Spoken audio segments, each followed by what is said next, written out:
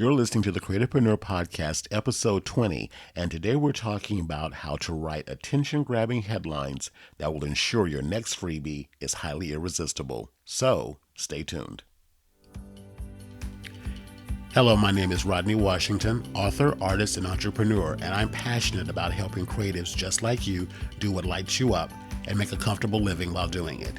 Each week, I'll be sharing timely business growth, marketing, and mindset hacks and interviews with courageous creative entrepreneurs to inspire you to get paid for your creativity. So grab your favorite beverage, sit back, and enjoy today's show.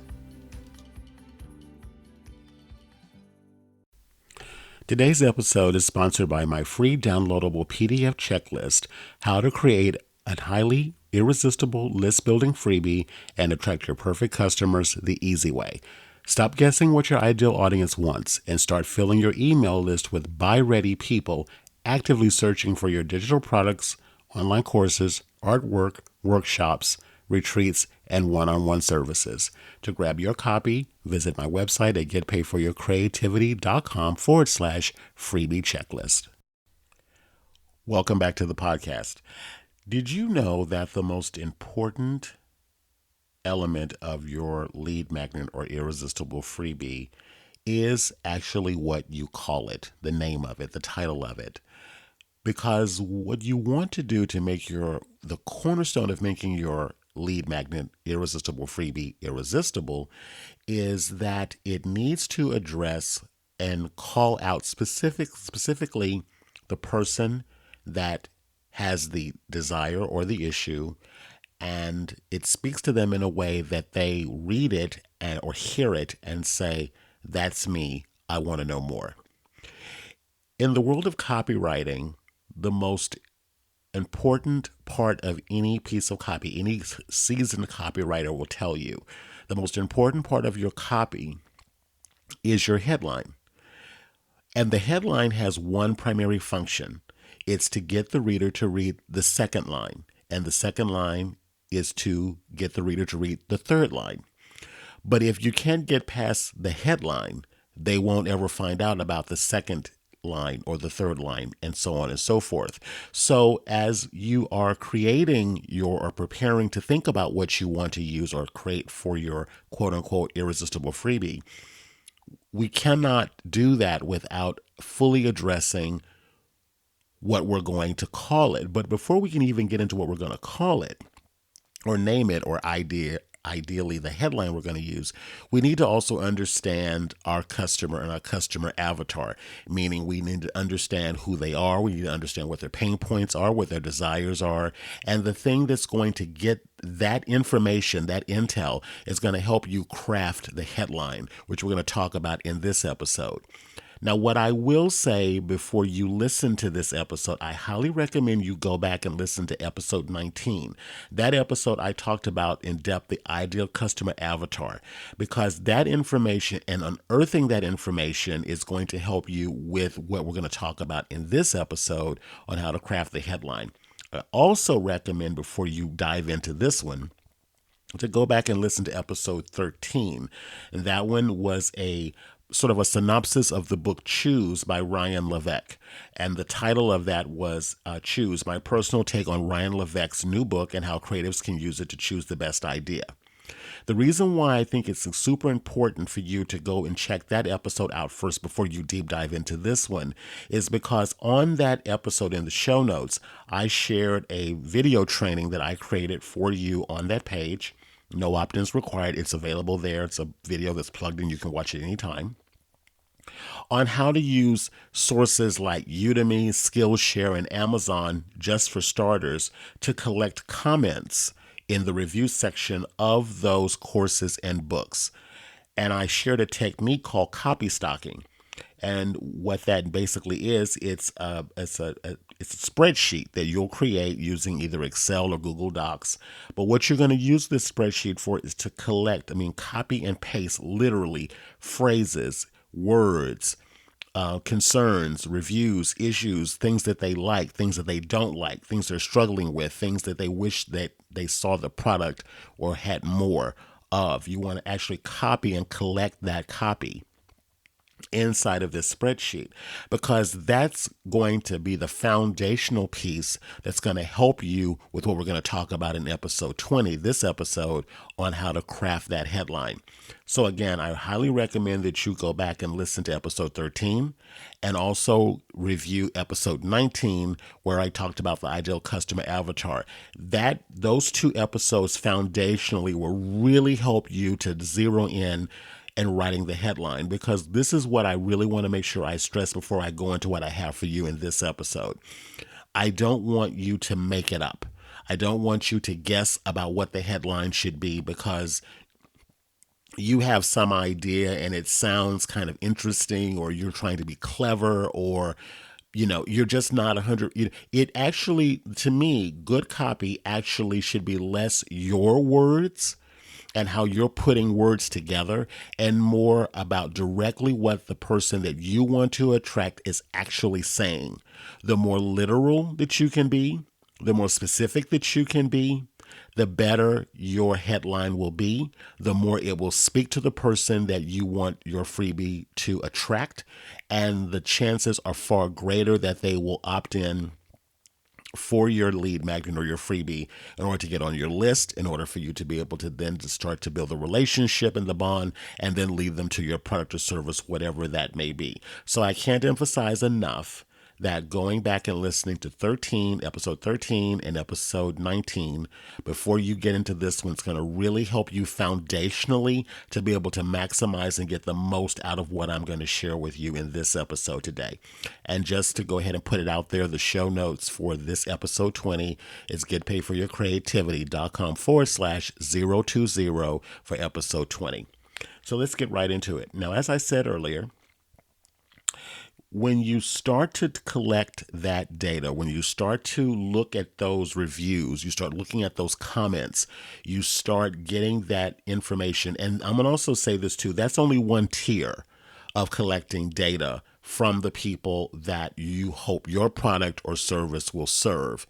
Some of the best data that you will ever get will always be from speaking to people directly, actually having conversations with them, interviewing them, letting them talk about what it is that they want, what they're struggling with, what they want, what they think is in the way of them getting it, and you deep diving into that and letting them talk more than you speak, letting them talk and share with you what is going on for them, and recording that conversation so you can go back and listen to that again and literally extract phrases, extract words that they're saying, especially things where it seems like the emotion level goes up and it seems like it gets more heated for them in some respects.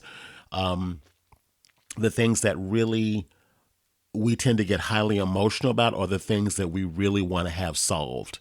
So you want to listen for those areas in the conversation where you can extract that data, because literally those words they're saying is what you can use and what we're going to talk about here and how to craft that actual headline. So again, go back and listen to that. So I'm going to go over that. Basically what I'm going to do in this episode is I'm going to give you a couple of formulas that I think are really simple and really easy. And I'm going to give you some resources that you can go and kind of research on this a little bit further on your own. But I really want to show you how simple it is to really craft an attention-grabbing headline. But again, the research and the data you collect is going to help you do that. I can't tell you what it is. You have to go and do the homework and find out what your customers are saying, or what your ideal buyers are saying, or your customer avatar is saying, and then use that information to craft the headline using a couple of the formulas that I'm going to share with you today.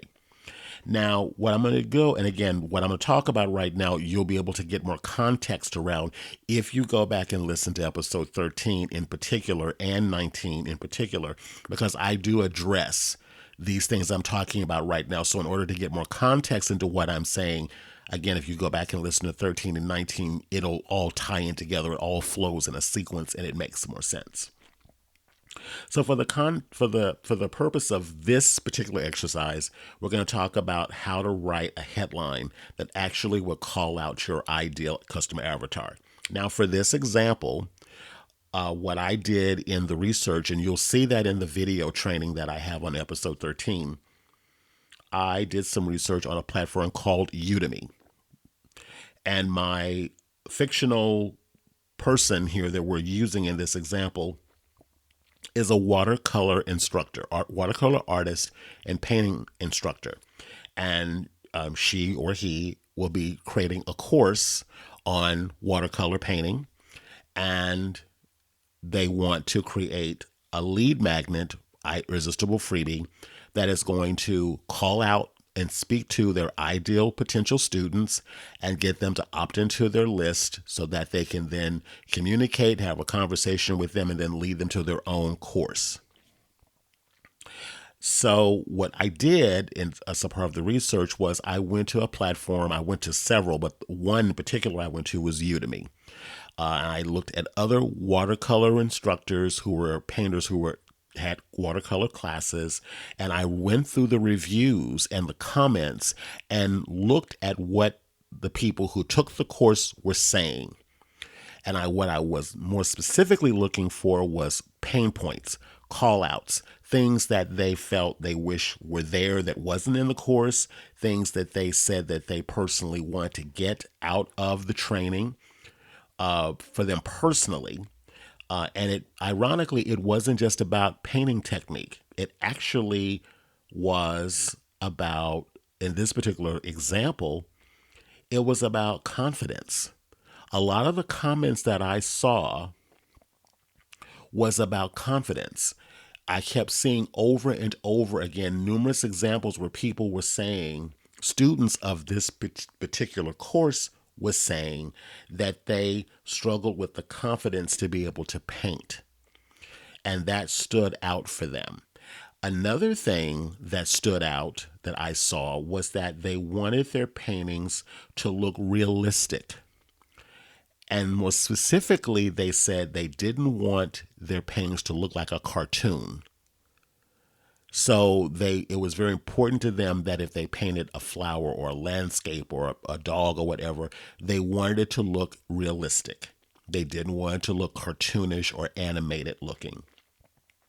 So those things stood out for me when I was looking through the comments that I was reading on a couple of particular art watercolor courses I was looking at on Udemy. Now, again, I recommended checking out Udemy, Skillshare, also Amazon for books on, because if you teach a class of some sort, there's very good chance that there's a book on that topic on Amazon. So again, in episode 13, there's a whole little video tutorial training I did for you there. It's about 45 minutes or so. And you actually see me go through the process of actually collecting the data and putting it in the spreadsheet and using those resources. So again, that's why this is really, really important. Now, one of the things that I found when I was doing my research was, and this stood out for me, was that, again, they wanted to remove the fear of failure. That's what students were saying. And they wanted they wanted to paint scenes that were simple and easy, but they wanted their finished paintings to look more like, they were worried about their paintings looking more like cartoons and less like realistic paintings. So again, I used that data and I started crafting headlines. Now, what I did was I started out really simply doing what I like to call the number formula, and then the issue the number meaning a number of steps or ideas. So let's say that in the context of this fictional watercolor instructor that's going to be creating a course, let's say that she knows, and let's give her a name. Let's say that Barbara knows that she is a watercolor instructor. She's worked with students for many years. She knows what the struggles and the pain points are. And for a newbie, brand new beginner who's never picked up a brush, that's got all kinds of confidence issues and fears and concerns, she has a simple 3-step process in order to help that newbie painter get over their fears and paint more confidently. So a quick headline using just a number of points. Again, the number is up to you. It's what you know. If you have a 3-step, 5-step, 7-step, 9-step process, use that number in the headline. That could be a potential topic. It doesn't have to be, but if you have that, this could be a great way to call out attention. So in this example, in this fictional watercolor instructor example, I did a rewrite and named called the headline, or used this as the headline. I'm sorry to say. I'm sorry. What I mean is, I'm not sorry to say. I mean, what I want to say here is the headline is what I came up with was 3 quick ways to confidently paint watercolor landscapes. And then I put in brackets that look realistic and don't look like cartoons. Now, that was a real rough cut, just kind of a first draft. There's a couple different ways that can be modified. One, the number could change. It could be 7 ways, 9 ways. In this context, it's around watercolor painting, so I want that in there. I also want the word confident in there, or confidently in there, because that's an issue that I noticed that people were struggling with, is confidence. Now, as far as landscapes go, that's real specific. And what I talk about in episode 19 is about the ideal customer avatar and being specific. That's very, very important. So in this context, if I want to dial that in even more specifically, I can change landscapes and take that word out and make it paint dogs or flowers, or, you fill in the blank with whatever the particular area is or the particular topic that you focus on. It could be hands, it could be faces, it could be body types. How to paint watercolor.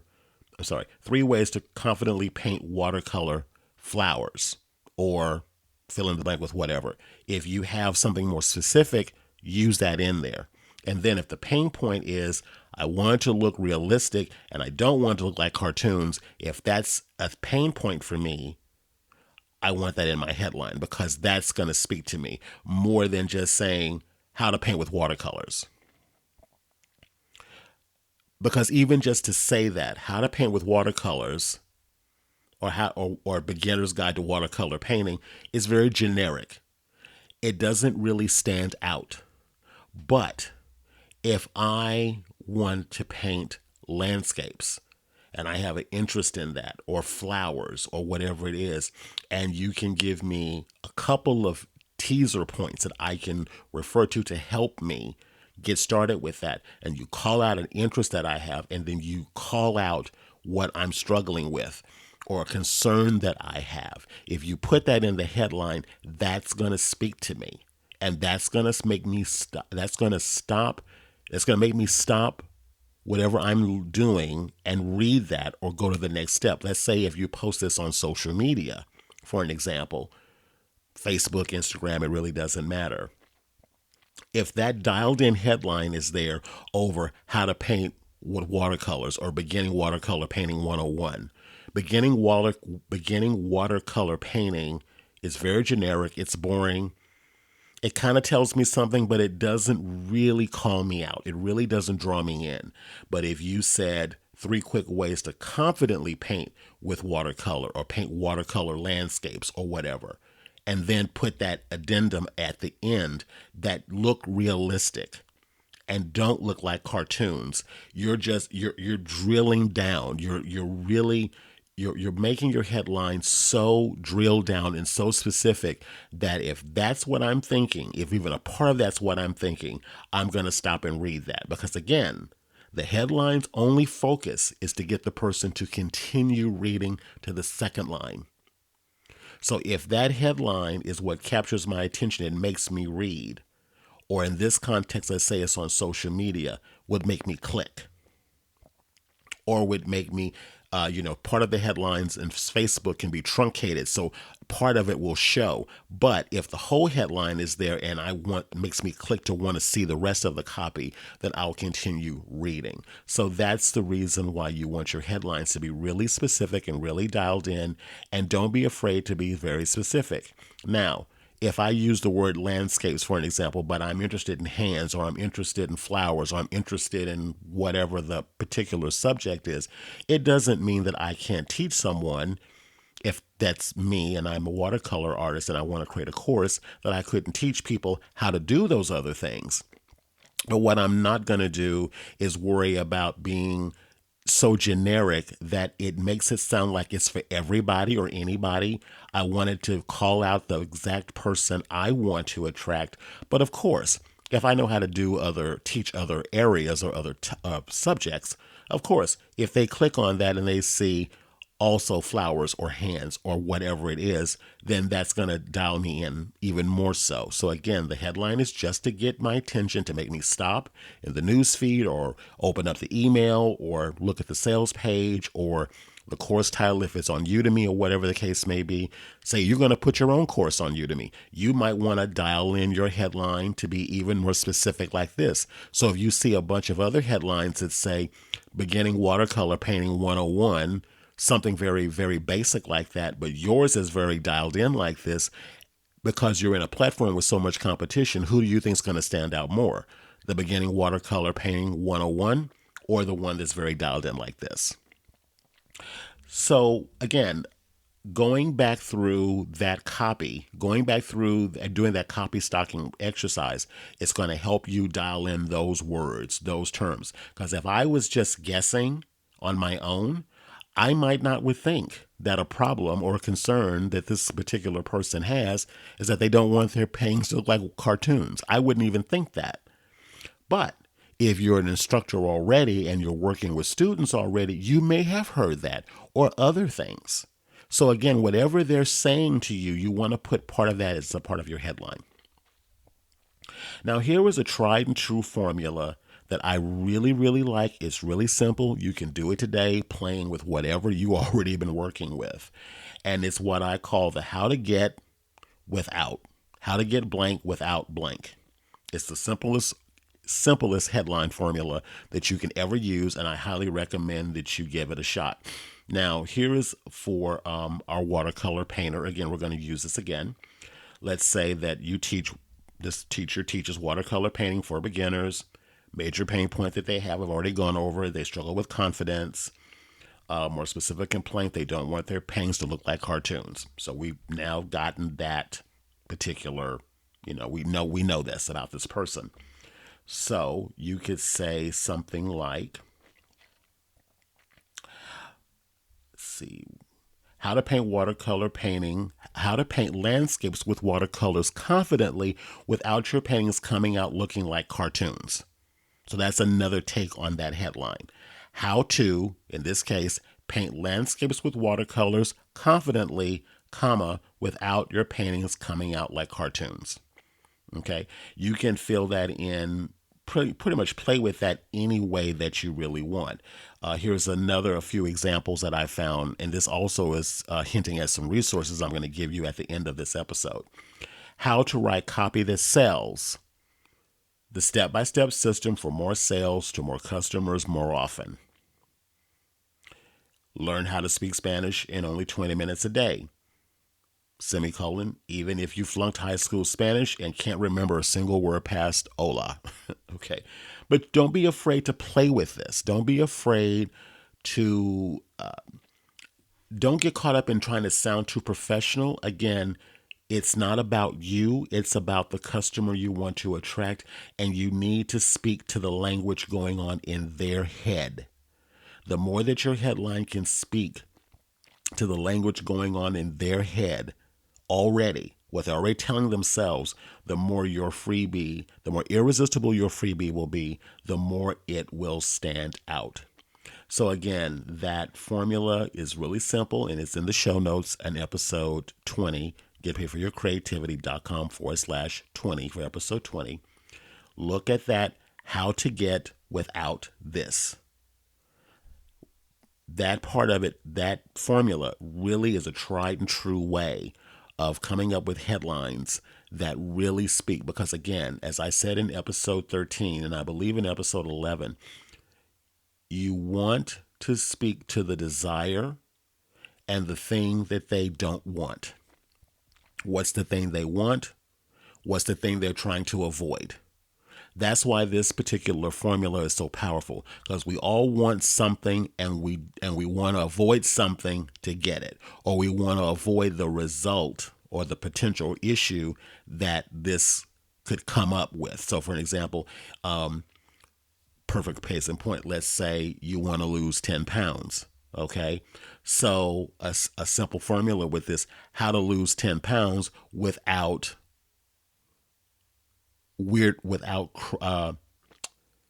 craving sugar, or how to handle sugar cravings without chunking your diet and going on a sugar binge. I'm playing it off the cuff here, but that you kind of get the gist of what I'm saying. You want to talk about what it is that they want and the thing they want to avoid.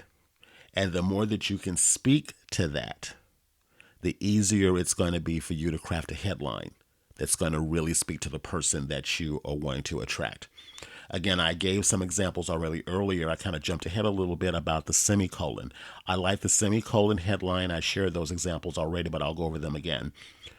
Confident watercolor painting, semicolon, 3 simple and easy steps to painting more realistic landscapes, and I put in brackets that don't look like cartoons. And the other ones I shared. How to write copy that sells, semicolon, the step-by-step system for more sales to more customers more often. And the last one I shared was learn to speak Spanish in only 20 minutes a day, semicolon, even if you flunked high school Spanish and can't remember a single word past hola. Okay. So those are just some samples. Again, what is it that they want? What's the desire? What do they want to avoid? Once you get clear on that, you can use that intel, that information, to craft the headline. Now, one of my favorite resources for coming up with really powerful headlines is a book by David Garfinkel titled Advertising Headlines That Make You Rich, semicolon, create winning headlines, web pages, sales letters, and more. I personally have this book as a Kindle. Before I put the link inside of the show notes here, I did check Amazon, and the Kindle iteration of the book is no longer available. But the paperback iteration and I believe the hardback iteration of the book is available. This one has a lot of headline formulas, primarily that, like the one I just shared with you, to how to get without formula. So this is one I highly recommend adding to your library as one. Excuse me. Words That Sell. This is the second book that I have a recommendation for you. Words That Sell, semicolon. More than 6,000 entries to help you promote your products, services, and ideas by Richard Banyan. A third resource I have for you is How to Write Copy That Sells, the step-by-step system for more sales to more customers more often. This by Ray Edwards. And again, go back and check out episode 19, podcast episode 19, choosing the right niche that will help you to find your ideal customer avatar. Again, that's going to help you also to dial in who your customer is and what their pain points and desires are. Also, watch that video tutorial on episode 13, which I created for you on episode 13, and that's titled Research Your Next Profitable Idea Using Google Trends, Google, Amazon, Udemy, and Skillshare. That one, if you do nothing else, watch that tutorial, because again, that's going to give you a lot of information on how to extract that data, that information, those comments, those words, those phrases that you can then use to craft that headline. And again, even look at the headlines of the books that I recommended to you in the resources. Again, I'm going to read those again. Advertising Headlines That Make You Rich, semicolon. Create winning ads, web pages, sales letters, and more. The second book, Words That Sell, semicolon. More than 6,000 entries to help you promote your products, services, and ideas. The third one was How to Write Copy That Sells, semicolon. The step-by-step system for more sales to more customers more often. So you could take either one of those and even use that as sort of a template, if you will, and using your own topic, your own subject, your own area of teaching, knowing now what the issues, the pain points, the concerns are, and use that to even craft your own headline. So don't be afraid to play with this because, again, it's really quite fun. And I'm going to give you even a bonus tip that I wasn't even thinking about. It just popped into my head. If you're active on Facebook or any form of social media, but I'm going to say Facebook, and you're thinking about creating a course or, say, a book or whatever you're thinking about putting together, craft up about 3 headlines, 3 different headline options, and create a post on Facebook with all 3 of those headlines that you come up with and ask your viewers to comment on which one they like the most. You're not selling anything right now. You're just trying to find out how your words and your language is landing for people. So craft up 3 headlines. It could be 2, but I'm going to say 3. Post them and ask for feedback, or ask them to vote and then also see if they have any feedback. Again, this is a great way to seed your offering or your pending offering that you're creating. It's a great way to seed it so people will then start to sense that something is coming. Also, they may even give you more words and more verbiage that you hadn't thought about that you can then use to retool the headline that you have. So again, my challenge to you is to try this out, try a couple of headlines, do a simple, how to get without this blank. Try that out. Again, get the information from your potential customers. Like I said, do that research that I talked about in episode 13. Follow up in 19, get that information. Use their verbiage, use the customer's verbiage or the ideal customer's verbiage. If you have existing customers or clients that you've worked with, those are the best people to go to ask because they've already worked with you. You already may know this information, but it doesn't hurt to then just check in. And again, don't be afraid to be literal and use the actual things that they're saying because, again, literal sells, specificity sells. Don't be afraid to use that. So I hope you enjoyed today's episode of the podcast. I'm going to wrap it up. I'm going to have another episode coming up.